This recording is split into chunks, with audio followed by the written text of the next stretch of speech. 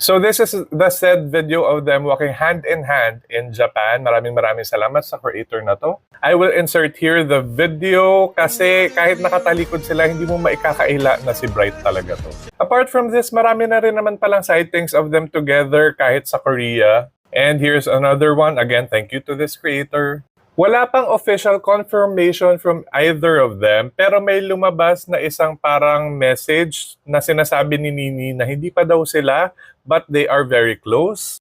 I don't know if that's her official statement. May nakikita lang ako na nagsisirculate na ganong message. So maybe nasa talking stage sila, getting to know you stage, pero pag nakita nyo yung video na magka-holding hands sila, that's more than friends. By the way, Nini, I'm not sure if that's how you say her name, is an idol and also an actor na nakasama na ni Bright sa Together.